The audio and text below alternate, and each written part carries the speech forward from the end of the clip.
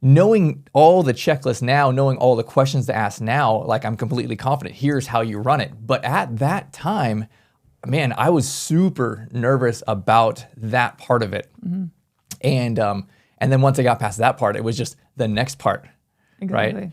So I think that's really the hardest thing is you have to go through all of these different steps on the belief side for sure, but on the action side. And then it's a matter of, well, I know how to get started, but am I too scared to do what I know how to do because all the other dominoes behind me, I don't know how to do those yet? What's up, mansion builders? Welcome back to another episode of Assisted Living Investing. I'm here with Laura, my wife, my business partner. She runs our operations company at Platinum Resort, and we're here today to talk about the hardest thing. If you are looking to do a big deal, a life-changing deal, one and done, right? This is the deal that we've done to get to 500 grand a year and work less than 4 hours a week. So a life-changing deal. And if you want to do something that big, that life-changing, it's not going to be easy. So we're here to talk about that. What is the hardest part? And I'm going to bring Laura on today to talk about that. What, from her perspective, was the hardest part? From my perspective, was the hardest part? And how do we overcome these things? All right, Laura, thank you for joining us. I appreciate you walking all the way up the stairs to the studio and filming this with us. It was hard. It took me a long trek. It was a long voyage. Yeah, for sure.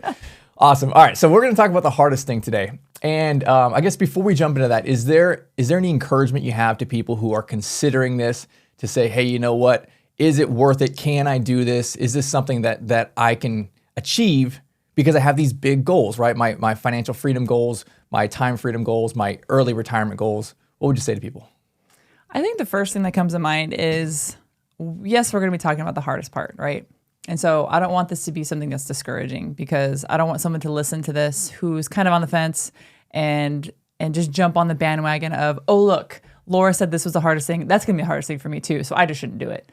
I like talking about the real life, hard stuff in this business because a lot of times it doesn't get talked about. So just because I'm going to be talking about a few hard things for me, that doesn't mean that it's going to be hard for you. We all experience different things in life and we grow in different ways. And I think maybe my growth process throughout this is way different than yours. Maybe you've already grown in the way that I hadn't grown when we first started. So I think my biggest encouragement is don't take this too much to heart because I don't want this to stop you from pursuing your goals and dreams.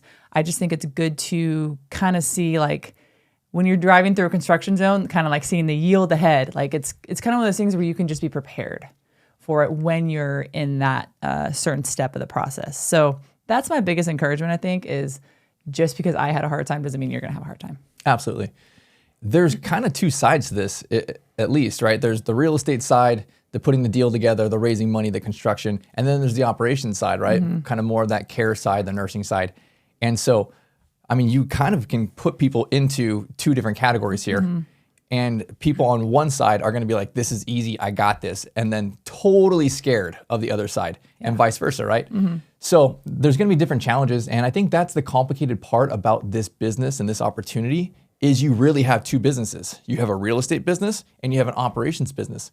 But because of that, it has quadrupled the reward. The financial opportunity is better than anything else I know. So you just have to go and learn the other side. And so we'll talk about some of those hard things today. Perfect. All right, so let's jump right in then. What is the hardest thing? So I would say for me personally, the hardest thing was the mindset going into this. I mean, we come from a real estate background. That was all we knew. We didn't know anything about healthcare. None of us went to schooling or we didn't have any past jobs or anything related to healthcare. So I think that was the hardest part for me, like that mental hurdles that I had to jump over to get myself in the mental spot where I knew we couldn't fail, where I knew we were going to do this. And I think that took me a long time to get there.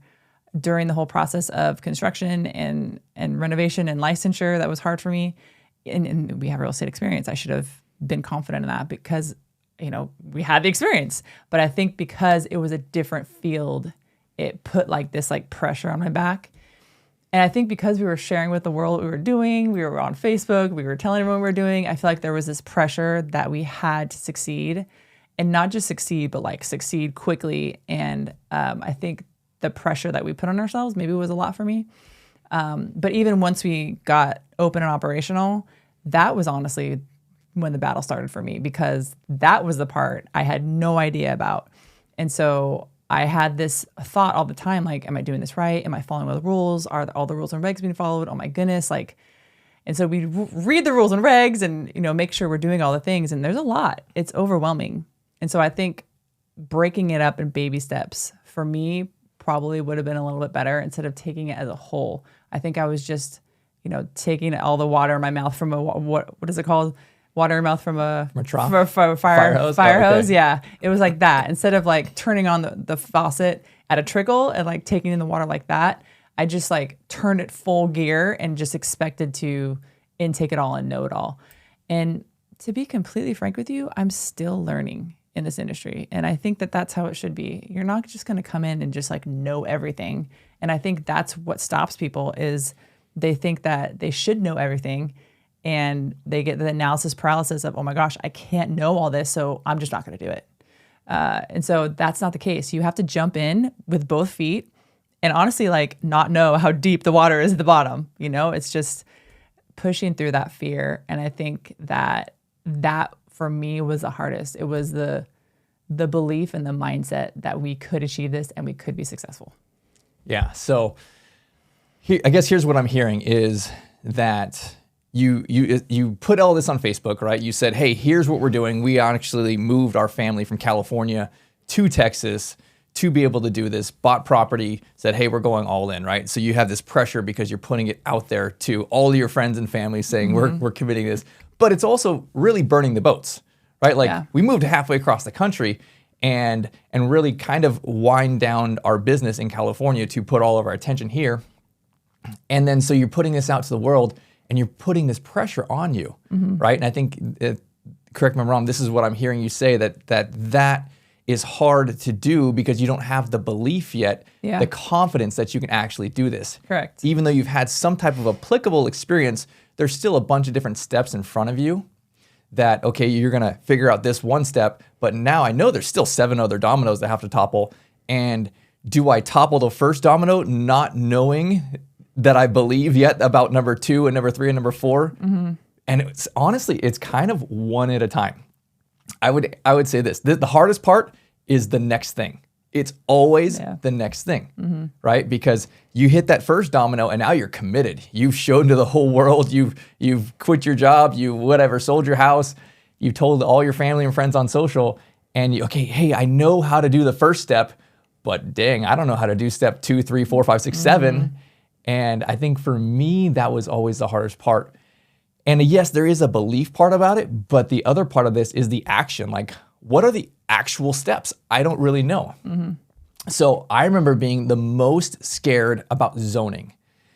I swear there was nights where I couldn't sleep because we had bought the property, we had started rehab, and the city said it was fine, but they were kind of in this like wishy-washy place on it was fine, and I was just waiting for them to come and red tag the project. I'm like, oh gosh, I know they're gonna do something stupid, right? Like, so knowing all the checklists now, knowing all the questions to ask now, like I'm completely confident, here's how you run it. But at that time, man, I was super nervous about that part of it.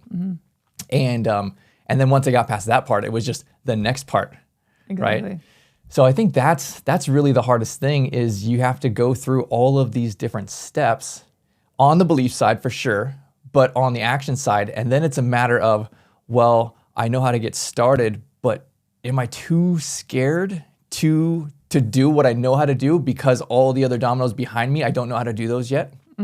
Yeah, it's kind of going back to what I was saying with the belief. I think what was the hardest part was I didn't have the belief yet.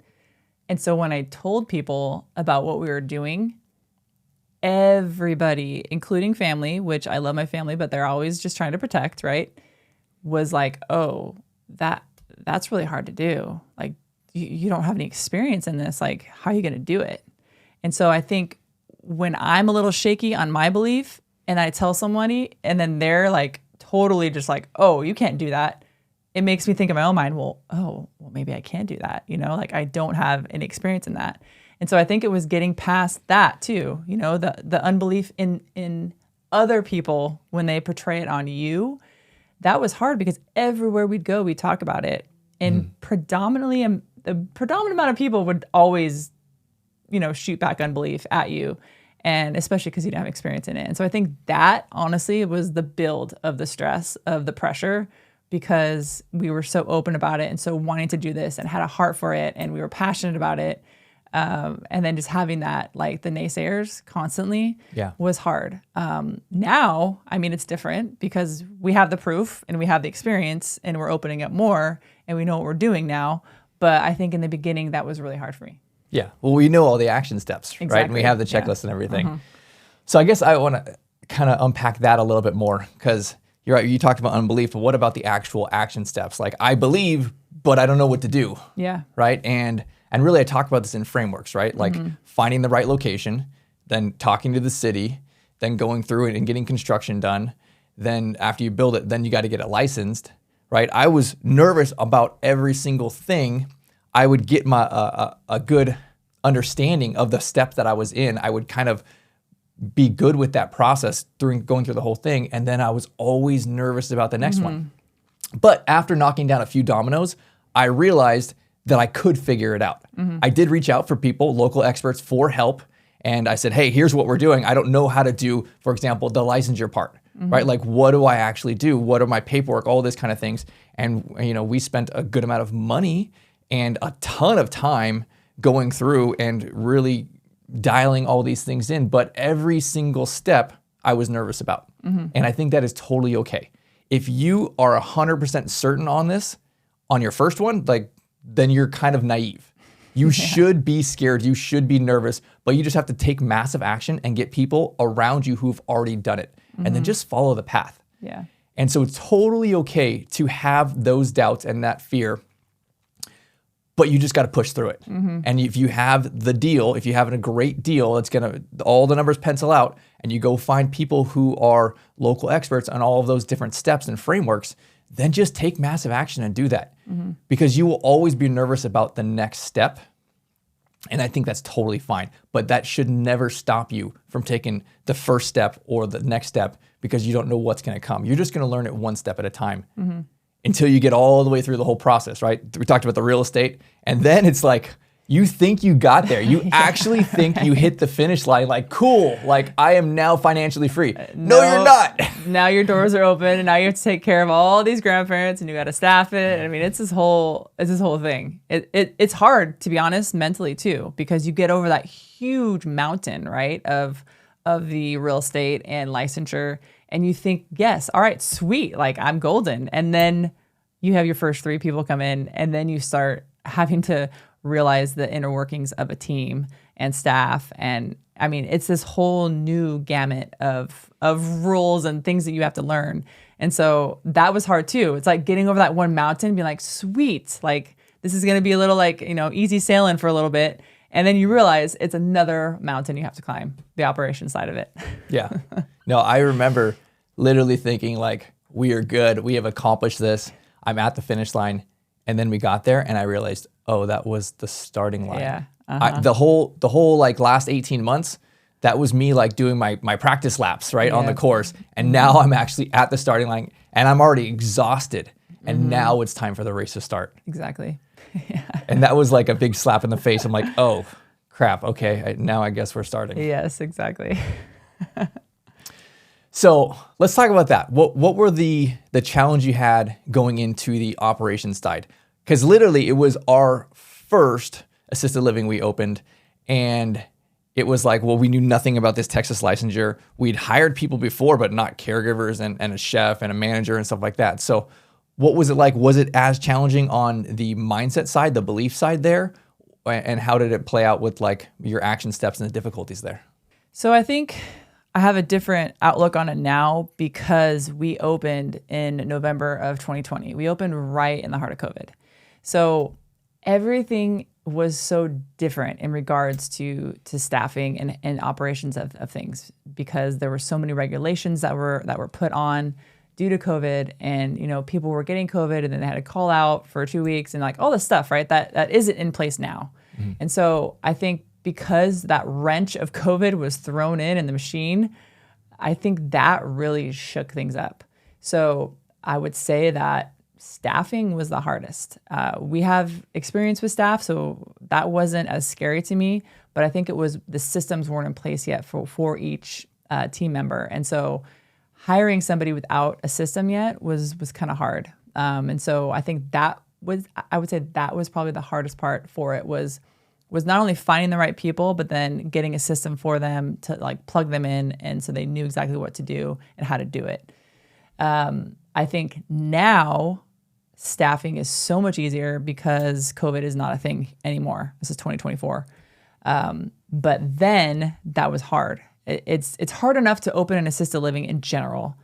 And then throwing COVID on there was just, that was hard for me personally, because I didn't know what was real and what was COVID, if that makes sense. Like, is this an actual assisted living problem, or is this a COVID plus assisted living problem? So that was hard for my mind to wrap around, because I thought, man, this staffing thing is hard in the beginning with COVID. Like, is this how it's going to be like forever? Because I don't know if I can do this. And so I think now that I can distinguish between the assisted living problems, what they are, and then the COVID problems, like I feel like I understand it more, and I'm more confident in the steps. So yeah, that's what I would say. Okay. So you're saying staffing is the hardest part on the operation side? I would say that is the hardest part, yeah. What specifically about staffing? So I would say at Platinum, we have very high standards of care. That is what makes our reputation so amazing. Within Georgetown, we are the best assisted living. I can say that with whole confidence. I can say that because we have our home health and our hospice and our families and everybody else coming in, and they see what's going on and they tell the community. Those home health and hospices, they go into all the other places in our area, and they always come in and say, this is my favorite place to come to. It's always beautiful. The care is great. And so it's not just me just saying this. This is people who are working within the home that say this and reiterate to the community. So we have a high standard for care, which means if we hire somebody who we think is going to be amazing for our staff, they have the culture and they seem like they would fit really well, but they come in and they do not provide the care that we expect after we have helped them and trained them through it, and they still maybe don't have the heart for it, we part ways at that time. And so I think because we expect people to come into our home and to love and care for our grandparents and to work, not sit on their butts, not look at their phones, not, have phone calls in the bathroom.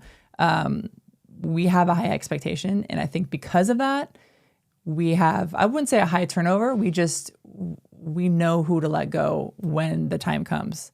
And so we definitely attract the right people because of that. So, there's certain big boxes that are known for not good care.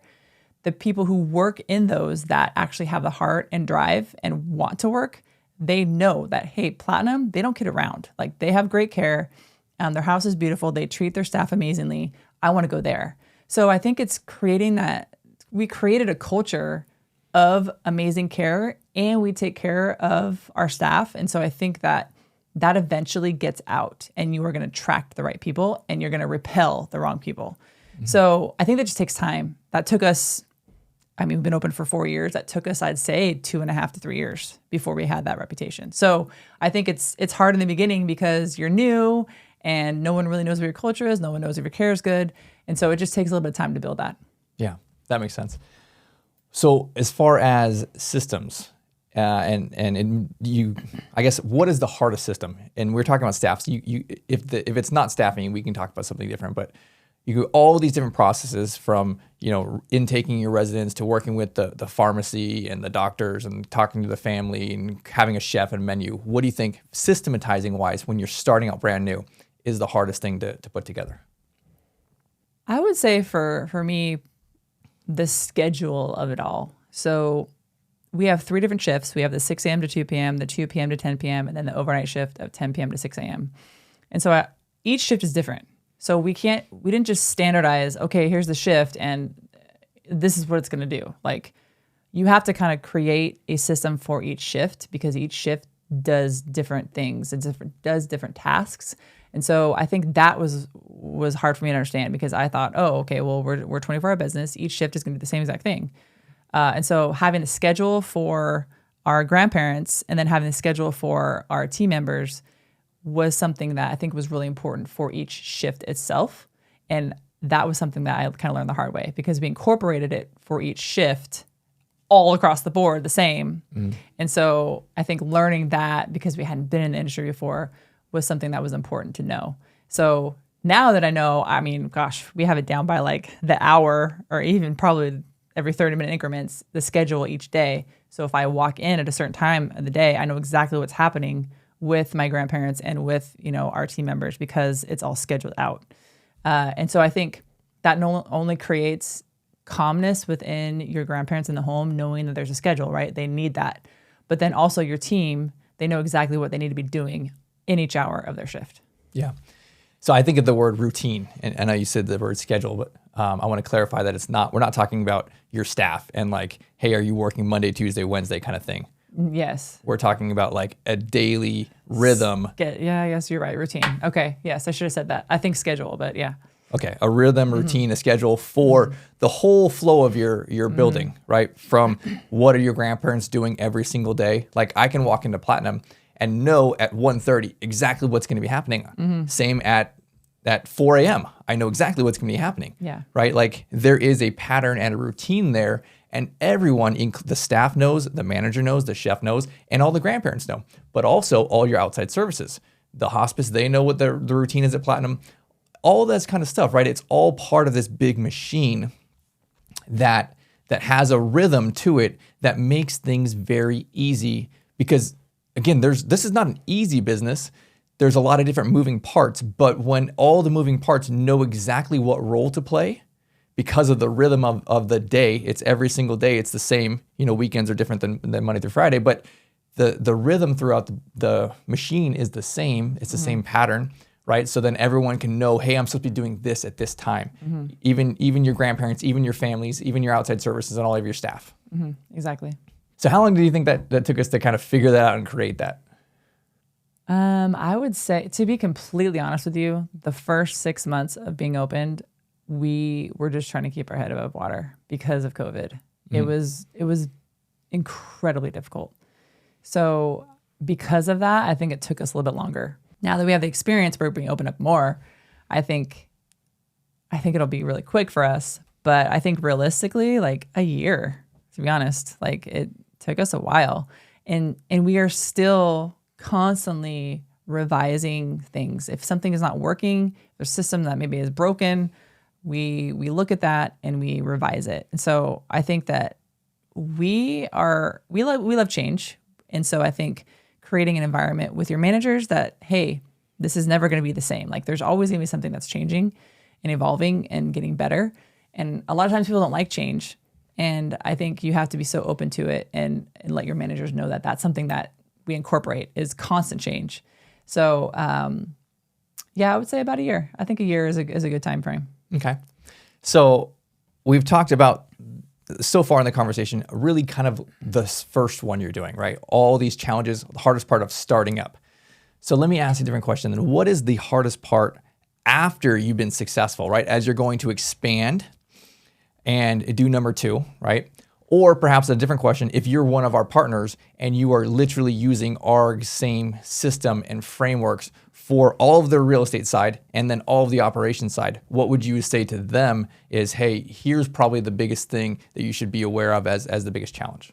Well, since there's kind of 2 sides to it, right? Since we already talked about the real estate side, then we talked about the operation side, I would say that there's hard things in both of them. And so, gosh, it's hard to just pinpoint one thing. If we're specifically talking about operations, I would say systematizing your staff. I think that would be something that's super important because if your staff is systematized, then I think you can then focus on other things because the inner workings of your house is going, right? It's like the wheel is circling and it's doing its thing.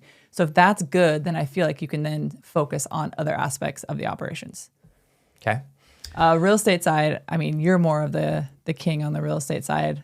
The zoning, I think, is very difficult, like you said, and just not knowing if what you're doing is allowed in the place that you're in. And so I would say that would probably be the hardest hurdle mentally to jump over. Yeah, zoning, and then kind of coupling with the fire marshal, right? Those front side deal killers. Yeah, those are hard. You have so much excitement. You're looking at all these different opportunities, and then you find out like, oh no, I can't do that. exactly. So when you have that checklist on the front side, and here's all the questions I need to ask, and is there any deal killers? Honestly, I think that the hardest part on the real estate side is really putting the deal together. It's knowing what you're going to build, making sure all of your numbers work, that you have a big enough deal that you can go through and push through all the rest of the things. Because a lot of it is financial driven, and you're going to have challenges that come up. And all of those challenges have a price tag to them, right? Utilities and the requirements of the fire marshal and extra, detention ponds and all these things. Sometimes they're $5,000, sometimes they're $200,000, Yeah. right? Like one line item, like, oh, I didn't account for that, right? If it's $5,000, cool, you can overcome it. If it's $200,000, it's like, well, crap, like, did I just lose my deal? So I think having the right numbers, having a big enough deal, right? We're talking about this whole context of how do I get a life-changing deal? When you can put that together, then all of the subsequent challenges that are going to come next, is there's going to be a bunch of them, they can be overcome. There is the budget for them, and you can still have an amazing deal. But if you start with a bad deal, then as soon as you hit like a small or a medium-sized challenge, because you should expect like at least 15 or 20 challenges coming up behind you, but they're all something that can be overcome. But if you don't have a big enough deal, if it's skinny, then you hit 2 or 3 of these and it's like, well, crap, like now my deal doesn't work. The numbers are not there behind it. And I think that's when people get into trouble, because they try and push forward with a deal that's too skinny. They have these challenges and they're like, well, I'm too deep in it now, right? Like I have to keep going. I've invested all this money and all this time, and I guess I just have to, scrimp. I just won't have the income I thought I was going to have. But then you don't know that you still need that income to actually run the business, to be successful on the operation side. You have to pay those people. You have to put that money aside. You think, oh, I'll cut corners on this and this. Once you get there and you look these grandmas in the eye, I have to spend this money. Like they need it. I need it to run my business and be successful. And then it's like, well, now I have a deal that I'm putting so much time into. I may be working, 60 hours a week because I can't afford that manager, and I'm making $5,000 a month. Like, oh my gosh, this is not something that is worth my time. And now I'm trapped in this deal for 2-3 years. And then honestly, you just get so burnt out and jaded that it's like, okay, I'm just going to sell this at a loss, or, whatever it is. And you just kind of like, you have all the wind taken out of your sails. You're like, this doesn't work. I can't do this. But the problem was you started with step 1 with planning your deal, and it wasn't big enough. That's why I really think you have to put together a phenomenal home run deal, because you will have 20 challenges behind you. But if you can have that great deal, then you can overcome those things and then still be successful. So there's one more thing that I think is a little bit difficult. And this is more, this might be just me thing. I have a heart for seniors, and I think this is why we're in this industry. Not only do we help and serve our senior community, but we help and serve and love the families of those seniors that are in our house. And so we're very passionate about giving back and just giving the best possible love and care for these grandparents. And so because of that, I think another thing that's hard is you build and you develop this relationship with each grandparent in your house. Even if they're nonverbal, even if they have dementia, like you still have this relationship with them that you've built, and it could be years. We still have some people who have just moved in the beginning and are still with us 4 years later. And so, it's 4 years, like you see these people all the time and you build and develop a relationship. And so I think it's difficult to see them pass and to have them pass away. And they're just like gone, right? Like they're just literally gone out of the house. But not only that, is the family also is gone. And so you not only do you build and develop a relationship with this grandparent, but their family's there every day. And so you see them every day. You ask them how their kids are, how their grandkids are, like how was Father's Day, how was Mother's Day, like oh, how was the kids' games? It's like you have a family within a family because you're building relationships with both aspects of it. And so I think what's hard about that is you're not only losing that grandparent, but then you're losing their family. And so you literally lose so many people in one day when they pass away. And that's hard. And I think not only is it hard for, for me and for my managers, but it's hard for our staff, our Platinum Angels, because they are the ones day in and day out taking care of these people. And to just all of a sudden, like one day they come in and they're gone and then their family's not there anymore. I think that's very difficult, like emotionally difficult. And so I would say that would be something that's also hard, because not only are they gone, but then all their stuff's out of that room. And then you have to fill the room, right? And usually we fill our rooms pretty quickly. And so it's almost like you don't really get to heal or mourn for this person, because they're out, their stuff's out 2 days later, and then someone else is moving in 3 to 5 days later. And so it's almost like a restart.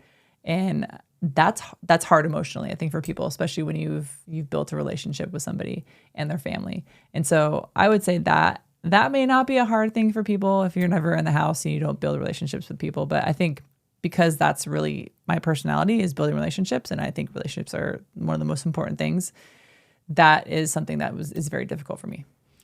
Yeah, for sure. I think I'm more of a numbers-driven person and less of a relationship-driven person like you are. And that's still a difficult thing for me, right? Because, they're there for so long, right? We're not talking about you're here for a month. You're here for years, and you spend, we literally go for Christmas and things like that, right? Like not on Christmas, but we'll celebrate it a couple days before, and you're giving them gifts and you're sharing with them and you sit with them. And it's not just like once or twice, like even as the owner, right? Like you see them all the time for years, and you talk to their family all the time, and you really develop this bond, this relationship. And sometimes you're happy for them when they pass, because they have been physically or mentally ready to go for a while. But sometimes it's super unexpected. You think someone's going to be with you for another 3 or 4 years, and then they get a cold or a virus, and like you saw them Friday, and the next thing you know, you come back Monday and they're gone, and it's like, what just happened to them? Yeah. They were just fine, and now they're gone. Like, it's a little bit fragile at that stage of life where you get a little something, and the next thing you know, you might not come back from it.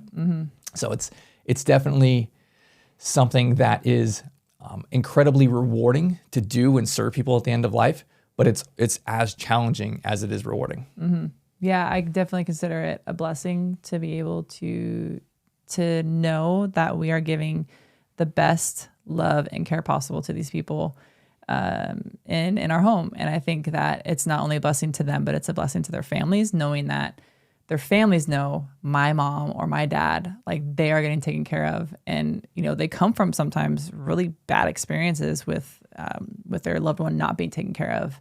And so I think them having the ease of mind and the peace of mind, knowing that they are getting the best care and love, like that's also a blessing to me, knowing that we're able to provide that to them. Yeah, absolutely. Well, thanks for coming on and sharing with us. So I want to give everyone an encouragement. If you are wanting to do a deal like this, if you wanted to do a bigger life-changing deal, don't try and plan out every single step. You're not going to be able to get all of these things. You will not be a master of them before you start. You just have to get the first few things started, get a plan for an amazing deal, right? A life-changing deal on paper, it will be more difficult than you think, but if you can have a huge deal like that, you will get really financial partners excited and want to be a part of it, right? If it costs more money, the bank can do a bigger deal, right? Your investor partners can do a bigger deal. You can have the financial freedom and the time freedom like Laura and I have by structuring a deal like this. So it's not going to be easy, but it is 100% worth it. So as you guys know, I don't run any ads on this show. We don't sell anything. Really, our heart is to show people, here are the steps. Here is how you can change your life, get to financial freedom. And that is what I want to do. I want to share this with other people, share this opportunity. So my one ask, if this has made a difference for you, if you love this information, would you share it with someone else? Another potential entrepreneur who can change their family legacy, who can build something amazing and serve our communities. So thank you all very much. I will see you on the next one.